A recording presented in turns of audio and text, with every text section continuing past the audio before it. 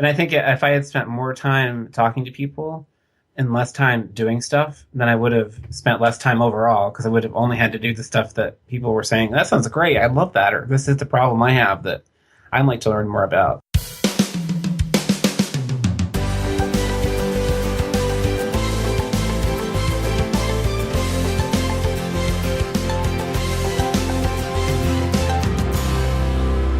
Thank you for tuning into this episode of the Empowered Podcast. Today, I'm your host, Ellery Wells, and I'm really excited to share my conversation with Andy Hayes with you. Andy reached out to me, and sometimes I reach out to guests, other times they reach out to me, but I'm so excited that Andy had the courage or the interest to want to share his story with me and you as the listener. He's been doing online business for 7 or more years. And I'm pretty sure he's doing that full time. We're going to get into more of those details. But his business is about tea. Yep, just like you would pour in, hot water over and drink on a hot day, or put on ice or whatever. However you like your tea, his business is about tea, and his goal is to create moments that matter. And I love that goal. Let's welcome to the show today, Andy Hayes. How you doing, Andy? Hey, thanks for having me. What a great intro. I appreciate it. You're very welcome. I've been scouring your website, which is plumdeluxe.com, for anyone who's out there on their computer. And I know more about tea now than I think I did before I checked out your website. Awesome. Mission accomplished.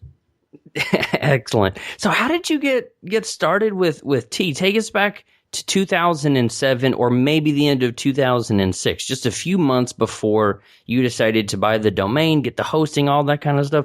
What brought you to being an online entrepreneur about tea, of all things? It's a good question. I used to be a technology guy. I worked in enterprise software, and 2006, I would have been a pretty miserable person to be around. I had a really great job. I worked at PeopleSoft for many years, and the company was acquired, and then that didn't work out so well for me. So I decided I would leave, and my client hired me. So I basically had the same job but different employer. And then I was living in Europe at the time, and it was the start of the European banking crisis, and I lost my job there and was hired by a company that had acquired our company. Sounds familiar? And I lasted a couple of years there before I just decided I was just miserable. I had a lot of psychosomatic health issues from the stress and the really negative work environment. It was just really bad. And I finally decided that it was less risky to try and go out and work on my own than it would be to stay in a job that was really unhealthy, really unwell work environment. So how did you come to that conclusion? Because unless you've been miserable at your job, fired or laid off, and I've been all three, whenever you and I tell that to someone who's happy at their job, do you ever get the feeling like we're speaking a different language, or they look at us like we're crazy? What do you mean I could be laid off or fired at any moment? How did you come to this conclusion of risk versus working for somebody else versus working, trying to do something on your own? How'd you get that idea? Well, people had always told me I would be really good at working on my own, being like sort of a freelance consultant. And I always thought, oh, that's crazy. I wouldn't want to, have to fend for my own meal every day. And then I started having all these health issues from stress. And it took me a long time to realize that there was any correlation. I think now there's a lot of information about how our working environments can really degrade our health and cause cancer and make us sick. But I was not really aware or even, had a worldview that was possible. And I'm very thankful this project manager that worked for me one day booked a meeting with me, and he sat down and he said, Andy, you have to leave this job. It's going to kill you. And I was like, what? Like, what are you talking about? And he said, no, really, this job is going to kill you, and you need to leave. You need to find something else. You have more to give than this. And it just took someone like pointing it out to me to really crack me open that, wow, like I'm in a really bad place and I didn't even know it. So I think it's really funny how we can kind of get into a place that feels very safe, or we're just hunkered down and not even really paying attention to know when, we're kind of maybe could be doing something differently. Yeah, you think it's the buying season or the busy season. When I was working at my last job, kind of Q2 from their Q2 is not like what your calendar Q2 is, like the late spring, and that was the buying season. And there's no forced overtime or anything crazy like that, but just this nightmare of going to work. That was kind of the expected thing. The long hours, make it happen, those kinds of things. And that becomes the new normal. And then you're a victim of your own success. You achieve, and then you're expected to exceed that the next year or keep up this level of unsustainable activity. And it's no fun at all. No. And I won't joke, I won't lie. Going on your own is not easy either. It's definitely not a cakewalk. I'm almost 8 years in, and I still don't know what I'm doing completely. That's kind of encouraging, though, that you've had so much success, but you don't have to have it all figured out. Because sometimes I'm like, man, I need to have all the answers. I need to have this whole thing figured out before I can take another step. And you've given me a little bit of encouragement, Andy. Oh, good. Oh, good. It reminds me, I just saw another Oprah clip on Facebook yesterday, and she's great for her little wisdoms, but this one was like one of the best. And she said, "You do not have to know the entire big picture because you'll just freak out looking at it." She said, "All you need to focus on right now is the next right step. What is the next right step right now? And take it. And then, okay, what's the next right step?" And I really embrace that because, it's there's too much to figure out all at once. You have to just get to like what is in front of you. What do I need to do right now? What's my most pressing issue right now? I usually compare it to a golf course, and you're trying to figure out what club you're going to use on your chip shot on the 9th hole, but you haven't even teed off on the first one yet. And we do that as entrepreneurs and going through life. I need to figure out where it's good. It's one thing to begin with the end in mind. It's a good thing to have goals, but to be paralyzed on your first step because you're trying to figure out, what your chip shot's going to look like, 9 holes from now. That's not good. So I'm glad you brought up the Plum Deluxe website and in the online business. Now you had told me that you could share some of the information. So if I ask a question, and I should have clarified a little bit more. But so if you want to give me a vague answer, feel free. But as much information as you can give, I would love to be able to share just your beginning story in this first 7 years with the audience. And I'm curious about myself too. So sure. Again, as much as you feel comfortable sharing and as much as you're allowed to, when did you start the website? If you happen to remember the month, and then how many months was it until you made your first dollar online? Really good question. So when I started, and I still do, I did a lot of consulting on the side because it's what I used to do. So even though I quit my job, right, I left kind of that behind, I still carried some of that with me, in as consulting work, and a lot of that ended up being, online marketing consulting work. So there was definitely a transition phase. So I definitely think you have to really be prepared to you need to be able to pay your rent on your own for a few months. So let's see. So, and Plum Deluxe has been through a few rebrands, and we changed our name 2 years ago. So if you're trying to look at things in archive.org and really like vet me out for my answers, you're going to have a hard time. I did the same thing, and I didn't exist until April of this year. So just trust me. So, okay. So I want to say like February, whatever that be, 2007. Okay. And first money for first dollar. I mean, I definitely had Google AdSense, which I abhor now, but that was like the only thing I knew then.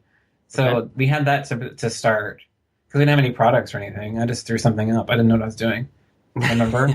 Hey, I've had Google. I probably still have an account with Google AdSense. Yeah, so I want to say it probably took like a month to get $1 out of that thing. Yeah, like 2.5 cents per click doesn't get you very far. No, it doesn't. It doesn't. Okay. Things really shifted for me when I started selling sponsorships.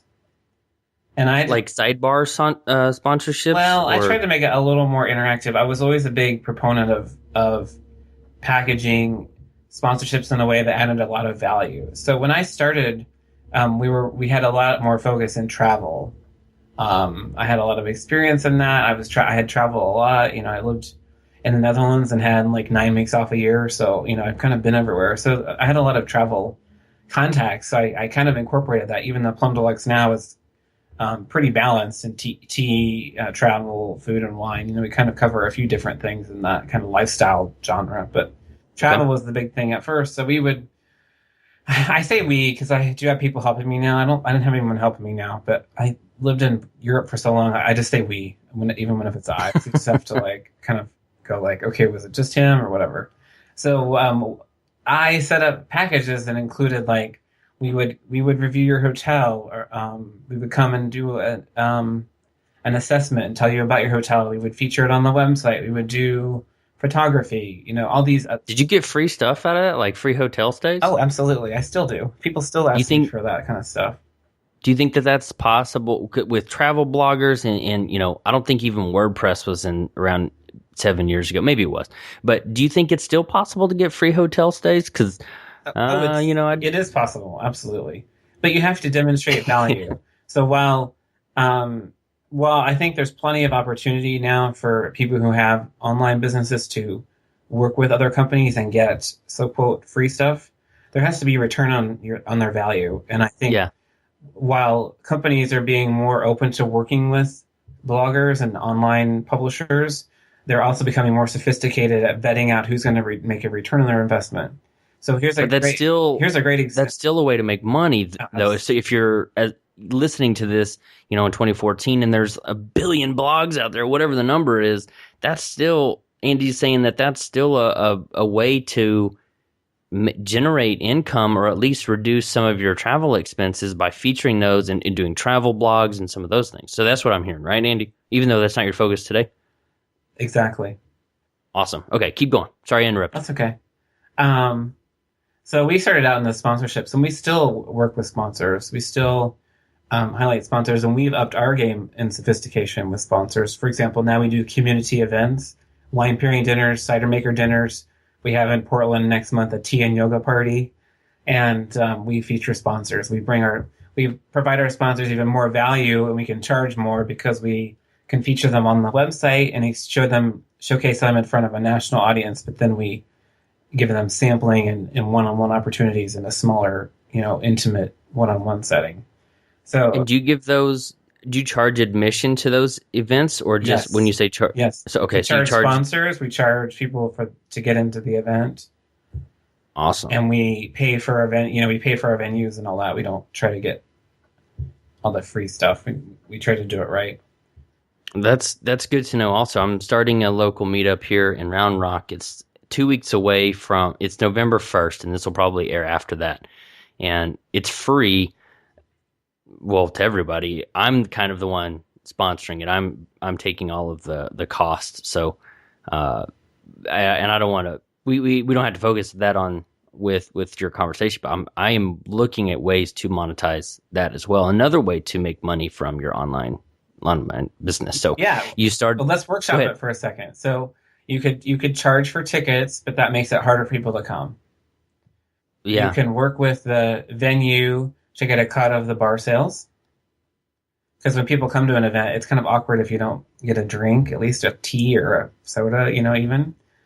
Yeah. You can provide food and drink, and that's part of the ticket. So you get a little cut from that. You could make special offers at the event, and those tend to convert better. And so basically, really, the event is just your marketing costs. So maybe cheaper in the end than a bunch of pay-per-click ads. You could have sponsors come in, you know, like Shiner Bach could come in and be a sponsor. I would love to do that because I'm a big Shiner fan. But is that a restaurant coffee place? Okay. But keep that. Those are good ideas Yeah. too. So see, you need to just look all around at how you can help someone out and make a little bit of revenue from it as a result. So here's the question, Andy, that I've wanted to know, and I've never heard anybody ask this on any of the podcasts that I have listened to about getting sponsorships. So hopefully this is like the epic question that everybody's going to write down the answer to. No pressure. So no pressure. None at all. And obviously it's going to be different for every company. But if I wanted to have somebody, let's say Shiner, for example, who do I contact at that company? I don't need like Jane or whatever, but is it a marketing person, a salesperson? You know, who at the company, what position, what level do we target to get sponsors? This is a hard question. It's different for every company. So there's going to be probably, depending on the size of the company, 3 different players. So there's usually a PR and communications contact that's easy to find. And they're not always necessarily the person that owns the budget for doing sponsorships. Do you ask them who owns it, or do you ask them your actual question? Well, so here's what I want people to do. So identify that person, but then you also need to look and see if you can find out if there's a marketing, and they may have sponsorships in their title person. And you can go to LinkedIn and sleuth this stuff out, or Google. So you want to look at those things. And a third thing is you need to pay attention to is if there is an agency involved. So if you're going to a bigger company like a Pepsi, or a Coke, those are definitely going to be agency people involved, because the company is that big, outsource it all. And so that makes your job even harder, because agencies are really difficult to find out who the names are, and they have a lot of turnover. So so you want to look for all of those things first before you do anything. So because what you're going to do there is you're going to have the best chance of finding the first person, obviously. And I say obviously because it'll be obvious once you've done looking for all 3. You'll find, there is a sponsorships person. There's an event. I found a page that says want us to work with you on your event. So you may get luck out. If you don't luck out, you probably will end up having to contact the PR and communications person. And that's a little tricky because if you want money from them, they probably don't want to hear from you. So you have to make sure that your pitches are very clean, crisp, quick, to the point, no hiding about what you want. Just asking, be clear on what you're asking for. And what you're really asking for in an initial contact is interest in appropriate contact. So does Shinerbach, for example, sponsor events? And if so, who is the right person to discuss the opportunity with further? That's all you're asking for. You're not asking for money right now. Do you go in and say, hey, I'm looking at having, because my venue is fairly small. I don't know about your wine or tea and yogas.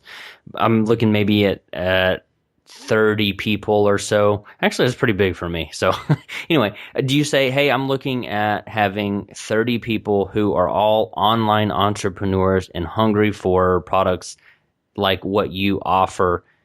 And I would love to feature you and your products at our event. Is that a good type of email with number of people, who they are, and you like that strategy? Who they are, as much as you can tell them about who they are. And if you can go into their website and figure out what the connection is, that's even better. So you could say, let's see, for example, maybe these poor Shinerbach people, but we're going to keep the example. So maybe you went on your website and you saw that Shinerbach is very active in supporting small business entrepreneurship. So you could point out, I see that you're very active in small business entrepreneurship, and here in the local community, this is why I'm hosting this event. And, I think it's a good tie-in. So you want to make it really clear. They don't have to think. They just get it. Like, oh, wow, there really is a connection here to this stranger. Because remember, you're a stranger. So you have to really hit them right off the bat. And we always have to remember the WIIFM, the what's in it for me aspect too. Yeah. And so really clear on what it is that they can get. So it's being spotlighted online and at the event. Is it sampling? Can they bring product to give away? Is it a giveaway? Can they make a special offer? Of course, you don't want to lay out like a buffet when you don't even know if they're hungry. But you do want to illustrate, like for events, it's good to just say like, highlighting you and, sampling opportunity if it's, a drink or, a giveaway, or and see what they come if it's a back car, with. it's a special offer because you're obviously probably not going to give a car at a group of 40 people. I may call up the Austin Ferrari and see if they feel like donating a car. You can I try don't know if that that. works. Maybe not the best use of your time, but let us know. We're all entrepreneurs like Mark Cuban and Rajovic, whatever that other dude's name on Shark Tank. We're all like that, and we love our car. No, but does this same? Thank you for sharing that, because again, I have heard so many podcasts about getting sponsorships, and they're like, "Oh, just ask somebody," or I'm like, "Who? Who do I go to?" And marketing, that's who in marketing. And you definitely gave me some great advice, and I may try to get some sponsorships for my meetup in the one in 2 weeks, and whenever we have a next one. This first one is off to a great start with my meetup group. Andy has 37 people already in it, which is crazy. Nice, congratulations! Absolutely insane. Thank you. So, would you take the same approach back to the website part of it? Would you take that same approach if you were looking for like a 300 by 250 ad? And for the listener, a 300 by 250 is basically the square on a sidebar of any website. Would you use that same approach when you're trying to sell that kind of ad space too? Yeah, I would. Yeah.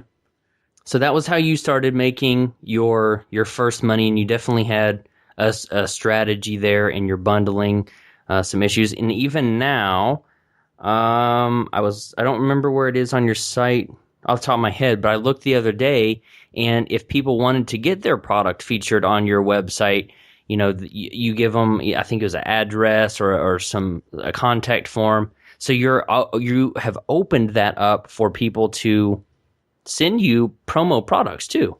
Yeah, we aren't pay to play. We are kind of an online magazine that sells tea and has cool events, but we're not pay to play.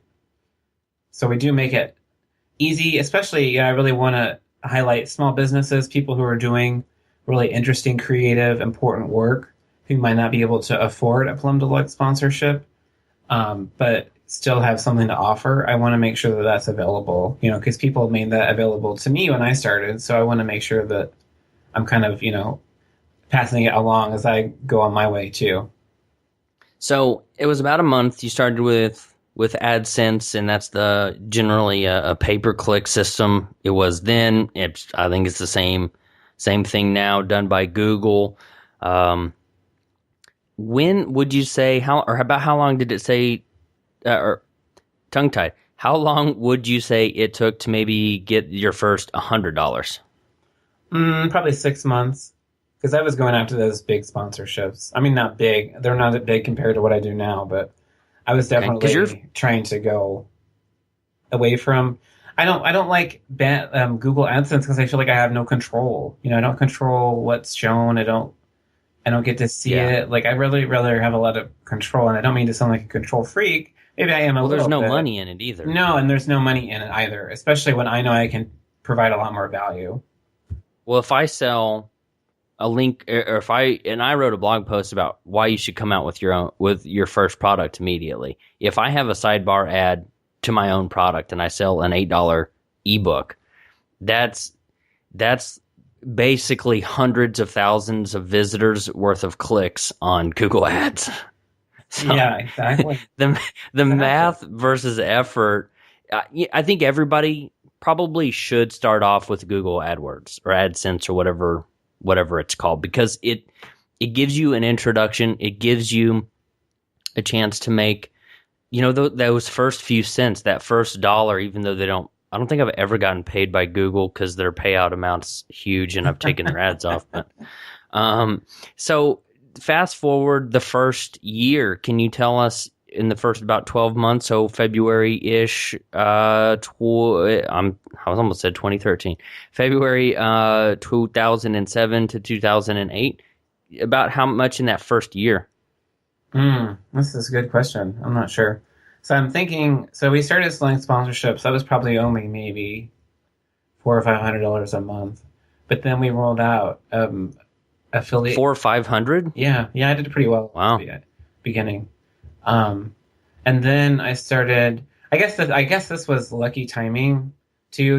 Like there weren't that many blogs back then, so when I had the creative ideas, I didn't have as much competition. Now it's much harder to find people and kind of stand out. But then it's also easier because people are more open to it and they understand what it means to work with a website or a blog. Kind of a double-edged sword. Yeah, it is. It is. But the nice thing that we did was affiliates. So the big thing for me was, and it still is a little bit, is Amazon, because like everything is on there, like teacups to luggage. Do you still have an Amazon affiliate? Yes, I kind of went back and forth on it. We did a few programs that didn't work out so well. And then the other day I got like a really huge check and I was like, crap, like I really should pay more attention to this. So we're trying to be more intentional about it. Can you give us an idea? Of course, it's been 7 years and you've had Amazon for a while. Yeah. About how much was this check from Amazon? Oh, the one I just got was like $1,000, which was unexpected. So that was really nice. But that was like for, what month is it? Oh, I guess it would be all the summer stuff. I guess because they do it on a monthly basis if you make their minimums. So yeah, so we did have kind of a good run. I would say so. Well, and we had a few PR mentions that drove traffic to a lot of articles that featured links, so we kind of lucked out there. But before that, it seems to be kind of a hit or miss thing for me. I don't really love Amazon in particular because the payouts are so low. But the thing I don't like about affiliates in general, this is me control freaking again, is you lose the customer. So say I'm an affiliate for you and I sell your ebook, you get to keep the customer. I don't.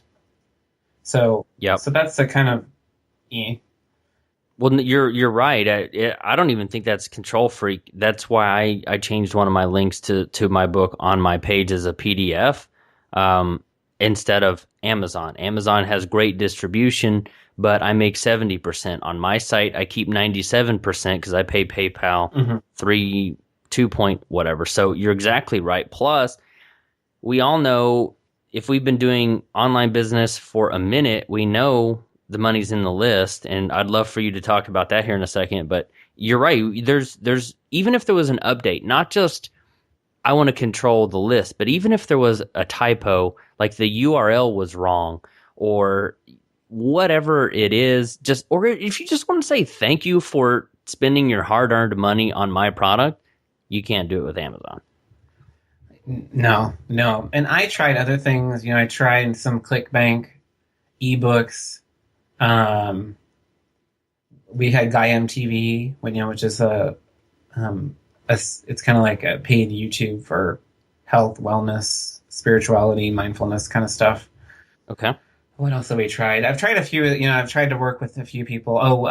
Wayfair. We still have a relationship with Wayfair, which is furniture and home interior kind of stuff, like plate settings, tablecloths, cups, plates. Okay. But the point is, you've tried a variety of things, narrowed down the list, and continue to use what works. Yeah, and I still don't love it. I'm not expecting another big check from Amazon for a while.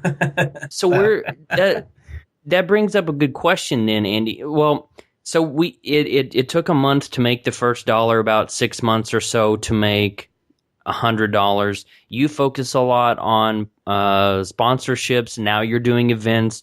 You've sold ads, and you've tried a variety of things. And the first I think I asked the first year question. You were doing $400 or $500 a month for the first year, and so that's $4 or $500 a month, $6,000. See, I can sometimes do math. Yeah, I was going to say. Is that about right for the? yeah. This late in the, it's not even late in the day. Sometimes my math skills are great. Sometimes they're. So, would you say the first year was $5,000 to $6,000, or was? That sounds about right. That's still. It's not a lot. It feels really good. Oh, really? I feel sad. Like I should have done better.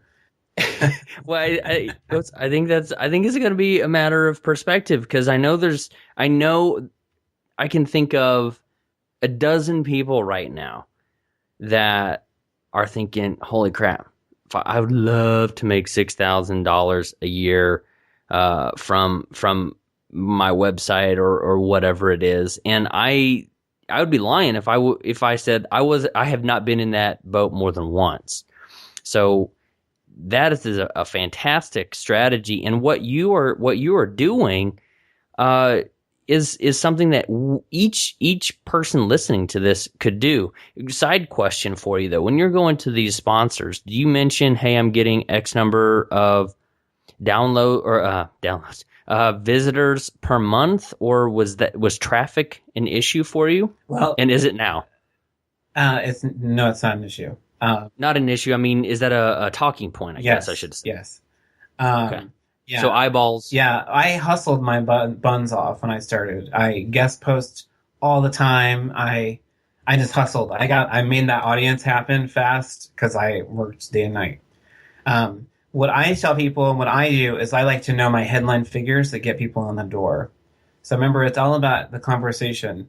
Your selling is getting them interested and getting them engaged, and and then making them the offer. You can't just, "Hi, I'm from such and such podcast, buy an ad."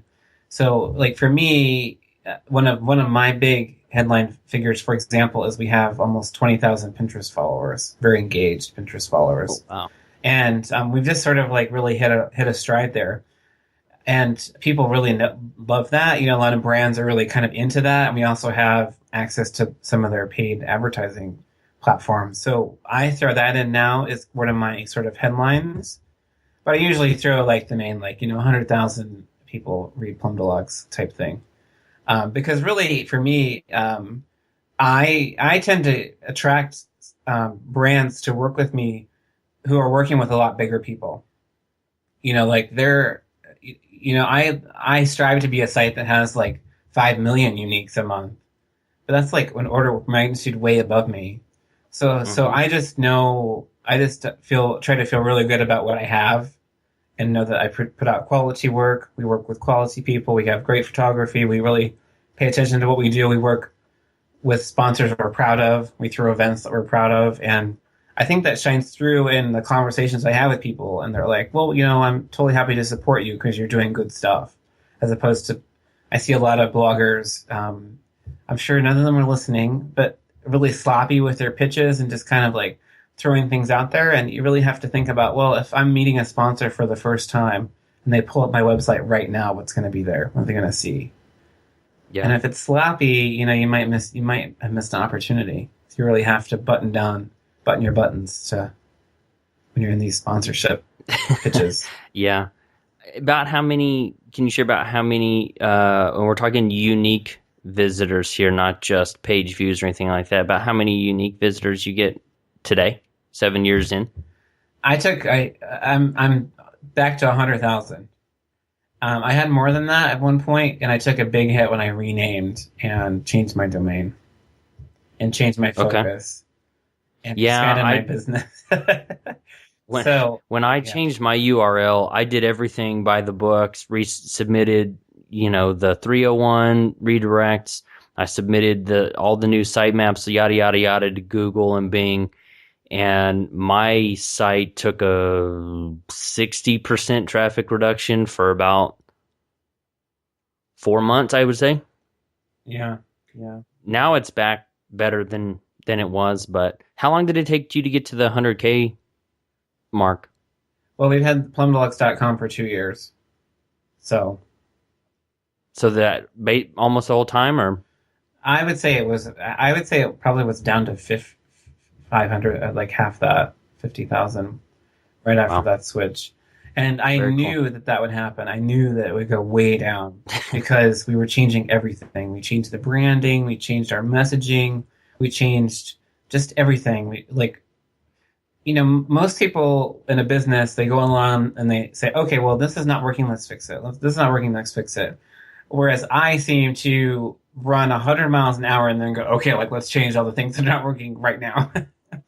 So that's just how I did it. And it was a big course correction for me. But now, I started a Pinterest account and it blew up. I land really great PR and marketing opportunities. I have, we send out our newsletter, and maybe that's the cue in for the newsletter chat. We send out our newsletter every Sunday, and I get tons of emails saying, "Oh my God, I love what you do. Thank you so much." So for me, it's worth it, but it's sometimes hard to remember that when you're in the dip and like, "Oh my God, did I make the wrong mistake? Like, why did I do this?" So don't be afraid if you find that you're off course, and course correcting is going to impact you negatively. If you're off course, you have to change. You have to change direction. A quick yes or no question for you, Andy. Do you feel like you're off course more or less than half the time? Oh, more or less than half the time. Well, like most of the time, or most of the time you are on course? When I started, I was off course 70 to 80% of the time, and now I'm off course maybe 10% of the time. That's good. But it takes a while. And some of the things that I know now, I have to go through what I went through in year 4 or year 5 or year 6 to appreciate. So, I love that you even brought that up, and I do want to talk about the email, the newsletter thing, but I really want you to be able to feature some of the cool stuff that you're doing. I love this behind the scenes look, the numbers and the analytics. How do I do this? How can I do this better? And I know there's a certain percentage of the audience that will love that as well, but I know there's going to be someone listening, like probably my wife, who's going to say, well, what about the tea? I love, so remind me to come back to all of that. And I want to honor your time as much as possible. So I'm going to try to be as brief as possible. Tell me the cool stuff about the tea. You can go on your site, caffeine tea without caffeine-free tea. There's a tea sampler. You sell packages with that. Tell us some of the cool stuff about your business. Well, thank you for being so kind. That's very complimentary. I always felt like Plum Deluxe and the topics we talk about, we talk about health and wellness, mindfulness. We talk about entertaining, travel, food, drink, and all of these kind of lifestyle topics around making moments that matter, which is kind of our tagline. I always felt like there was room in there for us to get offline. So just because you're a digital business doesn't mean you can't leave the internet. So finally, this year, I did it. I kind of cracked that nut. So the first thing was the events, and then the tea.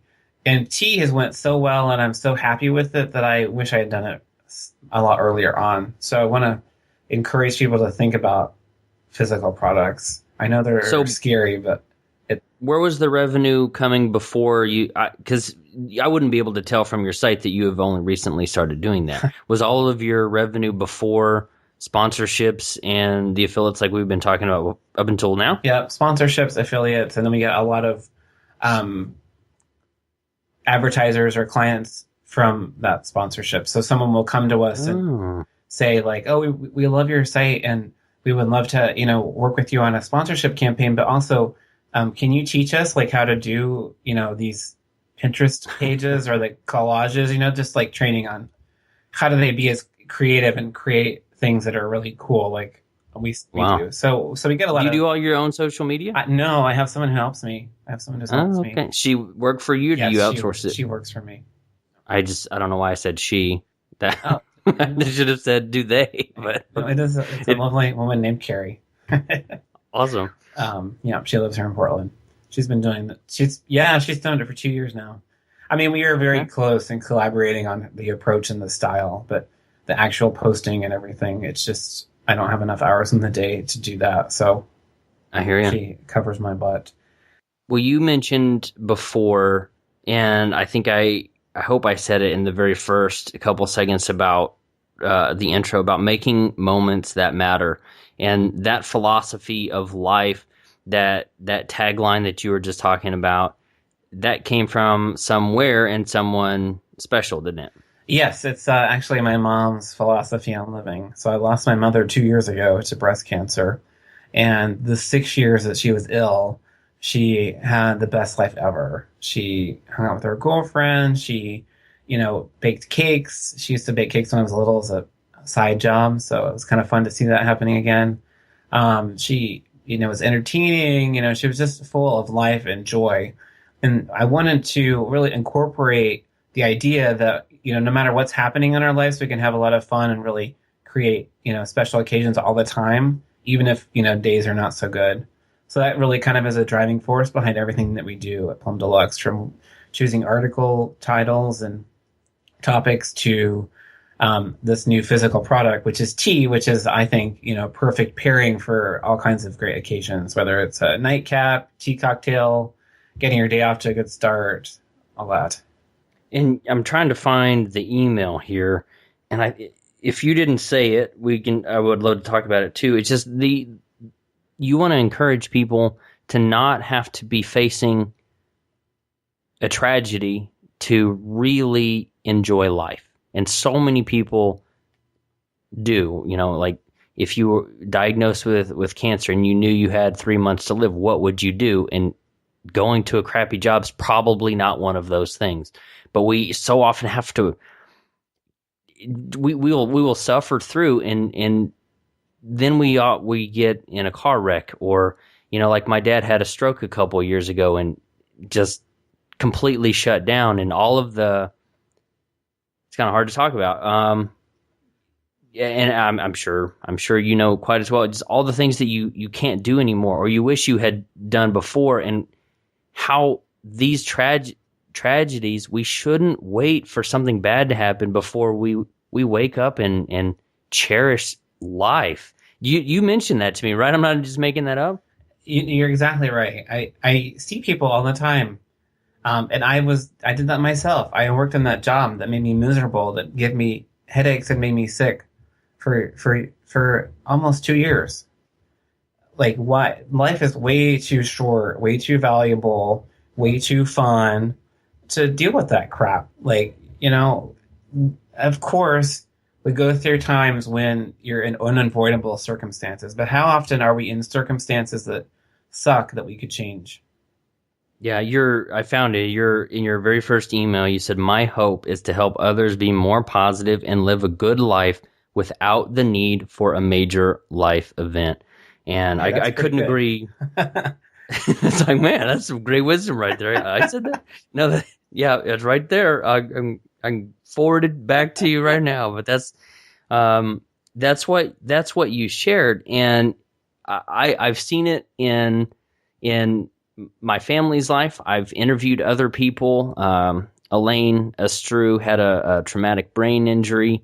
My episode 57, this girl was fighting in Afghanistan, attached to a special forces, not battalion, I don't think that's the right word, when she got back from a combat mission and discovered she had a lump on her left breast, and just how these things change your life, and how they not necessarily would have done anything different, but just how much more joy they have after these things. And I like that you're saying we shouldn't wait until something bad happens before we can really dive into the joy of life. And that's evident in your mission. It's on the About page. It's on the newsletter, which, by the way, I think has one of the coolest names ever. It is called The Blend. Oh, thanks. And maybe that's the segue we need to get into the newsletter part. But you sell blends of tea, and your newsletter is called The Blend. Did you come up with that? You've got so many creative and cool things, Andy. I just thanks. I don't usually talk to the creative person behind all of it. So if it's you, great job. If it's the other girl you mentioned just a second ago, is it Carrie? You said yes, but who came up with all these cool things? No, I whittled together The Blend. But it used to, the newsletter used to say a handcrafted blend of what we enjoyed last week and what we're looking forward to this week. Very cool. And it was kind of a little wordy, especially in the newsletter where we're trying to keep it short. So we just flipped it to The Blend, and people kind of get it when they see it, that it's like what happened and what's coming. That's what's in it. So how long you've obviously been building your list for quite a long time in the online entrepreneur business, blogging, podcasting community. We say the money is in the list. Would you agree with that? 100%. 200%. And why? Because those are the people who want to keep hearing from you. Those are the people who are willing to tune in every single X, for me every single week, maybe every month. Yeah, it's such a strong indicator of a good customer relationship as if they want to be on your email list. Do you get most of your sales from people who are on the Blend newsletter? Yeah, I would definitely say so. And what are some of the things that you do? Obviously, it's in the header of your site at plumdeluxe.com. What are some tips that you would see that you could give me to grow my email list? Well, first, be consistent about how you email the list. I think you have to have a plan about how you're going to use it. Like every Monday or every Sunday? Whatever, whatever, every week, every month, whatever it happens to be. But just have a plan so that you're not building a list and not using it. I found a lot of success, and it's, again, particular to my niche, I think, but with the free downloads. So, for example, we have weekend getaway packing list you can download for free if you sign up for the list. Shopping, a grocery checklist. We have a cooking book, I think. We have probably like 7 of them now, and they're all free, but you have to sign up for the list. And those people tend to stick around. So I've had good luck with that. I've had more luck with that than the pop-ups, which I haven't found I haven't figured out one that works. As a side note to that, check out Sumo Me. It's built by the App Sumo company, Noah Kagan, down here in Austin. I use it on my site, and it's one of the easiest and one of my favorites. And it converts. Pop-ups. Yes, it does. I'll check it out. Good tip. I'm also in his email 1K program, how to double your list in, I don't know, a month or whatever. And I'm getting some good tips, good tips from there. So what I may do is take some of your tips and put them in a download bundle and add them to the show notes of your podcast. Cool. I like it. What one final tip for us on growing the email list? Make sure that it works on phones. I'm really surprised at how many people read your newsletter on your phone. And while you're in there tweaking that, have a thing where people can forward it, like encouraging them to forward it to someone. Because we get a lot of people who tell someone else and sign up. And one by one, it's kind of slow, but people who send a referral often are, turn out to be great longtime fans. So awesome. Very good advice there too. How do you get more people seeing it in Gmail? That's a big issue for me. Well, right now we're on Aweber, which I don't love, but I'm kind of there. And we do HTML by hand. We have don't mean by hand, but we have a custom template. Mm-hmm. So we're checking it all the time because it changes. So we have this HTML template we use, and it's really funny. It's really got all these weird codes and things, but it works, so we use it. Yeah, I just discovered I use MailChimp, and if you go to templates, there's one I've been using just a one column thing and taking it all out and just putting in text. But I just discovered that there's actually a text one, and you don't have to send a text email because you can't track text emails, right. Not on the free plan. Yeah. So anyway, Andy, my just with the last few seconds that we have, what does the word empower mean to you? What does the word empower mean to me? Well, what I know it doesn't mean to me is control. I think what empowered means to me is knowing where your spheres of influence are and using that to your benefit. So if you have circumstances that you don't have a lot of control over, you can surrender and let go of that and focus on the things you do have control over. It's probably no surprise I'm saying this because I talk all about making moments and making sure that you are, making intelligent, smart, active decisions about how you spend your time. But that applies, I think, to your business, and it applies to everything. So be empowered to be aware and be mindful about how you're spending your time and where you're trying to go. Awesome. What was the last movie you saw? Oh, good question. I don't remember because I'm binge watching The Strain right now, which is some kind of The Strain? Yeah, it's some creepy sci-fi thing that was on. I've never even heard of that. It sounds like it would be Sharknado or something. No, it's like vampires, but it's written by Guillermo del Toro, which is a famous Spanish director. I know. Yeah, he did his first TV series, so I was tuning in to see, and it's actually a little, it's low on the gruesome and good on the kind of suspense. So I like it. It's kind of fun. That's not the one where where they're like two cops in the middle of Texas and guys are robbing a gas station, is it? Nope, it's where an airplane lands and everyone's dead, quote unquote, when they land. Quote unquote. Yeah. Okay. And I meant to ask this before, and this hopefully is a short answer or a short question that you can answer. So first month, just a couple dollars. 6 months for $100. First year, a couple thousand, 5,000 or 6,000. After 7 years, can you give us an idea of what the website is bringing in, and we can be encouraged that if we hustle like you have, we can maybe achieve this lofty height? After 7 long years, we are at 6 figures.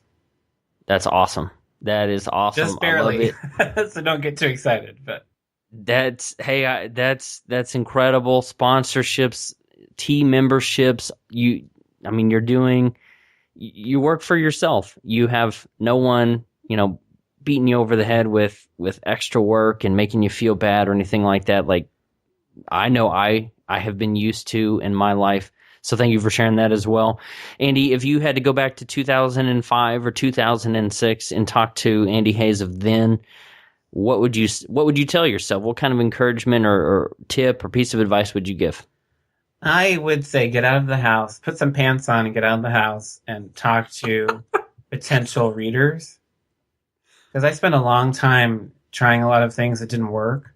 And if I had just really went out and went to events where my kind of readers that I wanted to meet would be, I would have had a lot less. I would have done a lot of less stupid things. They weren't stupid. I learned a lot, but I could have learned the same things by going to, inviting, friends of mine who are already married and, about to have kids and say, what kind of things do you look for when you go on looking for recipes or entertaining advice or tea? And I didn't do that. I just tried things and people would be like, that's kind of dumb, or I don't want to pay for that. And so I would have said, get out of the house a little bit.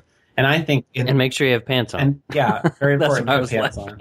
But I think if I had spent more time talking to people and less time doing stuff, then I would have spent less time overall, because I would have only had to do the stuff that people were saying, that sounds great, I love that, or this is the problem I have that I'd like to learn more about. So... Dude, I think that's solid gold advice. Even now with not, I don't want to say without pants on because that just sounds weird. But if you've got people following you on Twitter or tweeting about your stuff or something on Facebook, social media, Pinterest, LinkedIn, any of these kinds of things, who are actively engaged with what you are sharing, say, hey, can I get on a Skype call? Can I send you a direct message and let's just chat about why you follow me in the first place, and what made you share this article and not some of the other ones, and just learn from people, because like you said, it takes some time, but overall it would take less time. You're going to be more what's the word I'm looking for, more specific and direct with what you are offering people, and it's going to be providing even that much more value. So thank you, Andy, for that excellent, solid gold piece of advice. If someone wanted to connect with you and say thank you for sharing this unbelievable wisdom and encouragement with the Empowered Podcast audience today, where can we send them? You can email me, andy@plumdeluxe.com, or I'm a big Twitter fan. I've always been. Don't be a stranger. I'm at Andrew G. Hayes. Big long name, but don't be shy. Awesome. Well, Andy, thank you so much for hanging out with me today. I had so much fun and learned a ton, so thank you very much. You're very welcome. Thanks for listening to this episode. I really enjoyed talking to Andy, and it's crazy how one person can make such an impact with what they're sharing online, through whether it's tea or something else. And and making a living on it, not teaching something, not coaching or something like that, but in a specific niche like tea and coffees and cokes. By the way, if you haven't checked out his website by the time we've gotten to this point in the episode, you absolutely have to check out plumdeluxe.com. And as another side note, if you go to their Pinterest page, oh my gosh, some of the coolest stuff, food. They've got a bucket list board that has just some amazing images. I don't usually talk about Pinterest or people's Pinterest pages, but I was just checking it out and it is absolutely amazing. I want to encourage you to make moments that matter. Tomorrow is Thanksgiving. Even if you're listening to this in the future, in a few months, you're going to have another Thanksgiving. Just be thankful, create moments that matter. And speaking of being thankful, I hadn't even planned on mentioning it this way, but I wanted to thank you for listening to the podcast, reading the blog, connecting with me, and just saying hello. November 2014 has shown the most downloads of the show ever, the most traffic and readers to my site ever, and I'm on track to have just personally one of the best kind of Q4s going into 2015s, going into a new year that I've had in a really long time. It's been almost a year since I left my position at Dell, and just going into the end of the year, really excited about what 2015 has in store for me and the brand and the business. And I want to really thank you for being a part of that. Thank you for sharing the blog posts and connecting. Thanks for tweeting out about podcast episodes and all those kinds of things. Just thank you. Again, tomorrow's Thanksgiving, and I wanted to make sure that you, the listener, you were appreciated. One thing I'll mention before I let you go back to whatever you are doing in that hectic life. Hopefully this has been a peaceful and educational time for you. But before you go, I want to mention that in January, I'm starting up another private group mastermind. It's $97 a month, and it's a group of 4 to 6 people, all relatively in the beginning to intermediate stages of building their online business. You want people who are wanting to change the world with the knowledge they've acquired, or help people raise money for their church, or start a fitness business, or start a co-working space in your local community. Whatever it is, those are the types of people that we have in the mastermind this time, and I know very similar stories are taking place as I'm forming this second group mastermind, and I want to encourage you to be a part of that. Oh, before I forget, you have just a couple days. If you're listening to this live, if you go to ElleryWells.com/30 days, ElleryWells.com/30 days, I want you to enroll for an absolutely 100% completely free email course that I'm running throughout December. If you're listening to this in the future, don't worry. I'm going to run another one here fairly soon. ElleryWells.com/30 days. It's a free email course, how to transform your blog into an online business. How I did it, how I would suggest you do it, how I would do it again. Anyway, thanks for listening. This is the Empowered Podcast. I'm your host, Ellery Wells. Let's go make some moments that matter.